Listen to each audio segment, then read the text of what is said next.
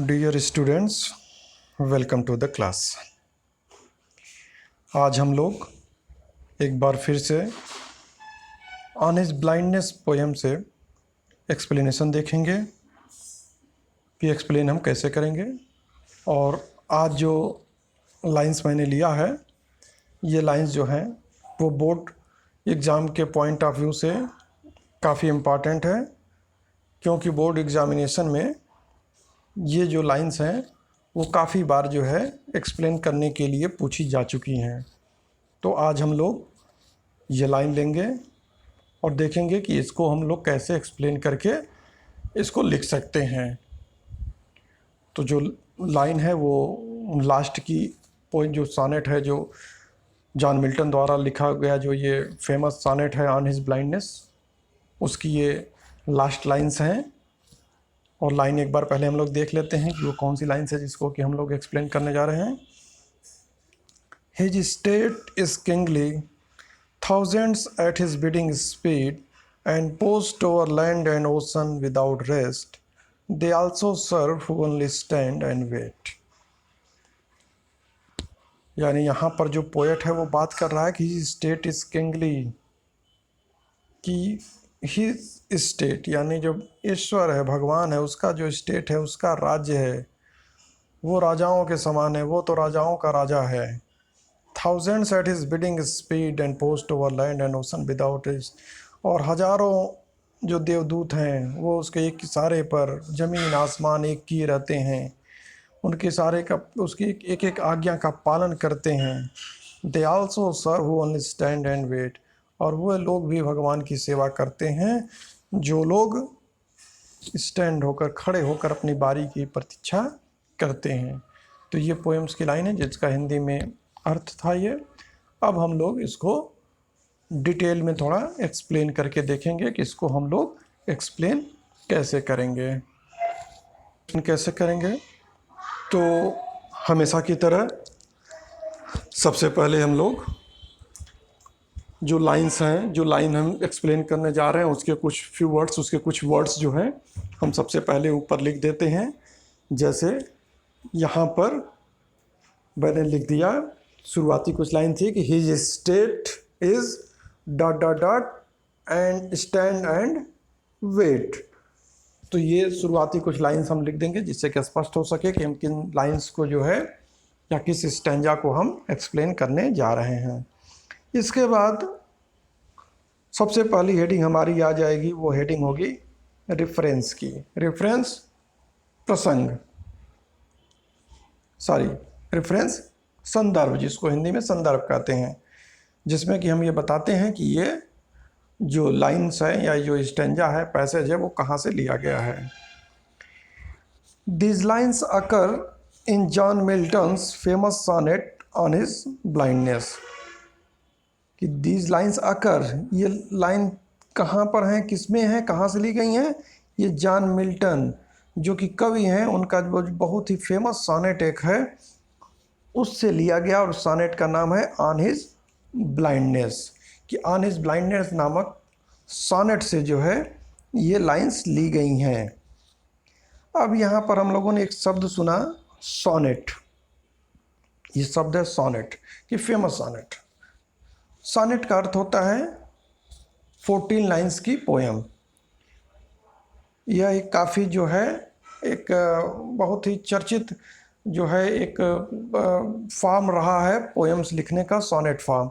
तो ये जो पोएम है ऑन हिज ब्लाइंडनेस, ये भी एक सोनेट है, क्योंकि ये भी एक 14 लाइन की पोएम है। रेफरेंस हो गया। अब रेफरेंस के बाद हम लोग देखेंगे, कॉन्टेक्स्ट पर आ जाएंगे। कॉन्टेक्स्ट यानी कि प्रसंग, कि क्या बात चल रही थी, जो इस लाइंस में जो बात जो है, इसके ठीक पहले जो है वो क्या कुछ पोएम की थीम चल रही थी, या पोएट जो है वो क्या कुछ सोच रहा था, क्या फील कर रहा था, उसके बारे में हम लोग कॉन्टेक्स्ट में बताएंगे। Milton became blind before half of his age, so he was very sad. He has some doubts. Soon he comes to know that God is greatest and all-powerful. He develops his firm faith in the ways of God.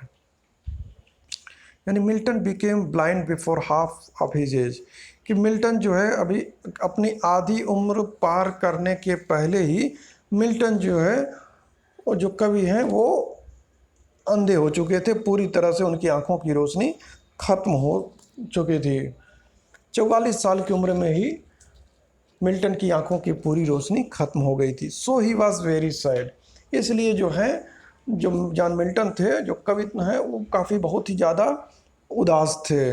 उदास इसलिए थे क्योंकि उन्हें लगता था कि उनके अंदर जो एक क्वालिटी थी, एक जो गुण था पोयम लिखने का, उनको लगता था कि शायद उनके पास ये गुण जो है अब उन्हीं के साथ दफन हो जाएगा, उन्हीं के साथ ये ख़त्म हो जाएगा, क्योंकि अब अंधे हो गए हैं तो शायद अपने उस टैलेंट का जो है वो यूज़ ना कर पाए। इसलिए वो बहुत दुखी थे। ही हैज़ सम डाउट्स, और उनके दिमाग में कुछ आशंकाएं भी थीं, कुछ संदेह भी थीं, भगवान के न्याय को लेकर कुछ संदेह भी थी कि आखिर भगवान उनको आखिर इतने जल्दी उनकी आंखों की रोशनी कैसे छीन सकता है, और क्या आंखों की रोशनी छीनने के बाद भी ईश्वर उनसे कुछ उम्मीद करता है कि अभी भी वो पोएम्स लिखेंगे। सून ही comes to know that God is greatest and all powerful, लेकिन सून, जल्द ही, कम्स टू नो, उन्हें इस बात का एहसास हो गया कि God is greatest and all powerful, कि जो ईश्वर है वो तो सबसे महान है, सबसे बड़ा है, सब सर्वशक्तिशाली है। ही डेवलप्स हिज फर्म फेथ, और फिर उनका जो है firm faith in the ways of God, ये ईश्वर के प्रति, ईश्वर के तौर तरीकों के प्रति, ईश्वर के न्याय के प्रति उनके अंदर एक दृढ़ विश्वास पैदा हुआ कि जो ईश्वर है वो बहुत सर्वशक्तिशाली है, और वो जो कुछ भी करता है वो हमारे भले के लिए करता है, और जो कुछ भी वो हमें देता है कभी भी उसे अपने दिए हुए गिफ्ट्स के बदले में वो हमसे कभी कुछ चाहता नहीं है, क्योंकि वो तो खुद इतना बड़ा है कि हम उसे क्या दे सकते हैं। जो देने वाला है वो ईश्वर ही है। अब उसके बाद हम अगली हेडिंग पर अपने आ जाएंगे, और अगला हेडिंग हमारा बनेगा एक्सप्लेनेशन। अब ये जो पोर्शन है, एक्सप्लेनेशन वाला पोर्शन, ये मेन पोर्शन है जिसमें कि हम पोएट ने जो कुछ भी अपने इमोशंस जो है, या जो अपनी बातें जो उसने फील किया है, जो महसूस करता है, जो वो कहना चाहता है, इस सेक्शन में हम, एक्सप्लेनेशन वाले पोर्शन में हम उसी बात को थोड़ा और ज़्यादा डिटेल में थोड़ा सा एक्सप्लेन करके उसको हम लिखते हैं। तो अब देखते हैं कि एक्सप्लेनेशन में क्या है। In this concluding stanza, the poet says that God is the Lord of Lords. He is all powerful. Thousands of angels are always ready to carry out his commands without taking rest. They travel at quick speed over land and ocean. In the end, the poet says that men should not complain about the troubles of life. The best service to God is to bear these sufferings without complaint. The best way to offer service to God is to wait dutifully and faithfully. अब देखते हैं उसका अर्थ। In this concluding stanza, यानी कि इस concluding stanza, यानी कि इस लास्ट वाले स्टेंजा में, इन लास्ट लाइन्स में, द पोएट सेज, यानी कि 14 लाइन की जो पोएम हमारी है उसमें शुरुआती कुछ लाइन्स में उसने अपनी बात रखी, फिर उसने अपना जो है कुछ संदेह, डाउट भी उसने रखा, और अब जो है अंत में वो कहता है, अंत में कहता है कि God is the Lord of Lord, कि वास्तव में जो ईश्वर है वो तो राजाओं का भी राजा है, यानी सबसे बड़ा राजा अगर कोई है तो वो खुद ईश्वर है। ही इज़ ऑल पावरफुल, और वो ऑल पावरफुल, सबसे ज़्यादा शक्तिशाली है। कोई भी राजा जो है उसके इतना समान शक्तिशाली नहीं है, बल्कि वो तो सर्वशक्तिशाली है, सबसे महान है, और इतना उसकी सत्ता इतनी बड़ी है, उसका राज्य इतना बड़ा है, उसको मानने वाले इतने बड़े हैं कि उसी को कहा है कि thousands of angels are always ready, कि हजारों के संख्या में जो देवदूत हैं उसके पास तो देवदूतों की एकदम कतार लगी हुई है, फौज है, कि थाउजेंड्स ऑफ एंजल्स, हजारों देवदूत, ऑलवेज रेडी, हमेशा तैयार रहते हैं, to carry out his commands, कि वो एक बार वो कोई आदेश करे, ईश्वर कोई आदेश करे, कमांड करे, आदेश करे, तो हजारों देवदूत हमेशा तैयार रहते हैं कि उसके तुरंत उस आदेश का पालन करने के लिए, विदाउट टेकिंग रेस्ट।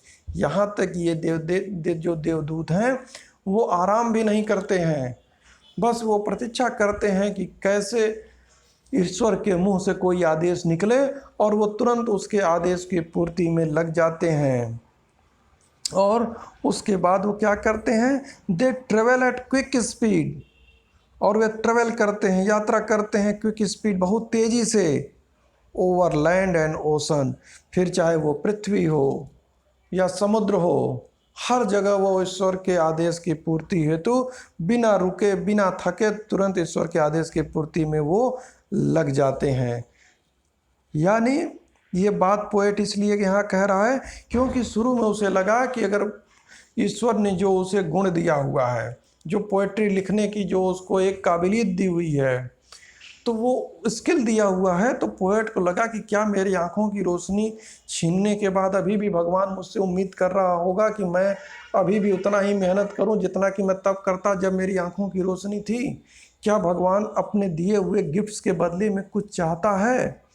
तब बाद में लेखक को एहसास हुआ, उसकी अंतरात्मा ने उसे बताया कि नहीं, भगवान तो खुद सर्वशक्तिशाली है और भगवान कभी भी अपने दिए हुए गिफ्ट्स के बदले में मनुष्य से कुछ भी नहीं चाहता है। इसलिए यहाँ कह रहा है कि भगवान के पास तो देवदूतों की पूरी फौज लगी हुई है जो उनके एक आदेश की प्रतीक्षा करते हैं, आदेश निकला नहीं कि तुरंत पूरा करने में वो लग जाते हैं। इसलिए भगवान को मनुष्यों के कार्यों की कोई आवश्यकता नहीं है। In the end the poet says, और अंत में पोएट कहता है, that main should not complain about the troubles of life, complain about troubles of life, कि मनुष्य को क्या चाहिए कि कभी भी वो जीवन में मिलने वाली जो कठिनाइयाँ हैं, जो असफलताएं हैं, उसका कभी कंप्लेन, शिकायत नहीं करनी चाहिए। क्योंकि the best service to God is to bear this suffering, क्योंकि the best service to God, क्योंकि ईश्वर के प्रति हमारी सबसे सच्ची सेवा क्या है, टू बियर दिस सफरिंग्स, कि हम लोग उसके द्वारा दी जाने वाली इन चुनौतियों का, उसके द्वारा दिए जाने वाले इस दुख का, दर्द का, जिम्मेदारियों का पालन करें, विदाउट कंप्लेन, बिना किसी शिकायत के उसके द्वारा दी हुई जिम्मेदारियों का हम लोग पालन करें। यानी कि यहाँ पर पोएट ये कहना चाहता है कि भगवान जो है, जो ईश्वर है, वो अपने दिए हुए गिफ्ट्स के बदले में हमें से कुछ नहीं चाहता है, बस तो वो हमसे ये चाहता है कि जो जिम्मेदारियाँ वो हमको देता है, जो कार्य वो हमें सौंपता है, उस कार्य को हम बिना शिकायत के अपनी उस जिम्मेदारियों को अगर हम खुशी खुशी निभाते हैं तो यही भगवान के प्रति हमारी सच्ची सेवा है, क्योंकि हम भगवान को कुछ दे नहीं सकते हैं। The best way to offer, कह रहा है कि the best way to offer service to God is to wait dutifully and faithfully. The best way, और सबसे अच्छा क्या तरीका है to offer service to God, भगवान को अपना सेवा देने का सबसे अच्छा तरीका क्या है, to wait dutifully and faithfully, कि बस हम पूरे मनोयोग से वेट करें, अपनी बारी का इंतज़ार करें, ड्यूटीफुली एंड फेथफुली, पूरे ईमानदारी के साथ, पूरे कर्तव्य निष्ठा के साथ अगर हम लोग अपनी बारी का इंतज़ार करते हैं, अपने क्रम का इंतज़ार करते हैं, तो यही ईश्वर के प्रति हमारी सच्ची सेवा है। यानी पोएट जो कहता है कि ज़रूरी नहीं है कि वही लोग, कहता है कि ज़रूरी नहीं है कि केवल वही लोग उसके सेवक हैं जो लोग उसके दिए हुए आदेश का, दिए हुए कमांड्स का, दिए हुए आर्डर का पालन करते हैं। कह रहा नहीं, बल्कि वो लोग भी जो कि लाइन में रहते हैं, जो प्रतीक्षा में रहते हैं अपनी बारी आने के लिए, पूरे अपने कर्तव्य निष्ठा के साथ, ईमानदारी के साथ, धैर्यपूर्वक, वो लोग भी उतने ही बड़े सेवक होते हैं भगवान के। और यही भगवान के प्रति सच्ची ईमानदारी है कि हम अपने काम को पूरे ईमानदारी से करने के लिए हमेशा तत्पर रहें, हमेशा तैयार रहें, यही सबसे बड़ी सेवा है। तो ये इस तरह से पोएट जो है अंत में ये बताने की कोशिश किया है कि भगवान ही सर्वशक्तिशाली है और भगवान के प्रति हमारी सच्ची सेवा है कि हम अपने भगवान द्वारा दिए हुए अपने दायित्वों का जो निर्वहन है वो सच्चे शुद्ध हृदय के साथ, ईमानदारी के साथ अगर हम अपने दायित्वों का निर्वहन करते हैं और उससे कोई शिकायत नहीं करते हैं तो यही हमारी भगवान के प्रति सच्ची सेवा है। और हमेशा हमें ईश्वर के प्रति सच्ची आस्था रखनी चाहिए, उसके न्याय के प्रति हमें आस्था रखनी चाहिए। यही बातें जो है वो पोएट जो है यहाँ पर इस पोयम में, इस लास्ट लाइन में हमें समझाने की कोशिश करता है। तो ये एक्सप्लेनेशन रहा इस लास्ट लाइंस का, और मुझे पूरी उम्मीद है कि बहुत अच्छे से सबको समझ में आ गया होगा, और जिसको समझ में नहीं आएगा वो बाद में भी मुझसे पूछ सकता है। Okay, good bye.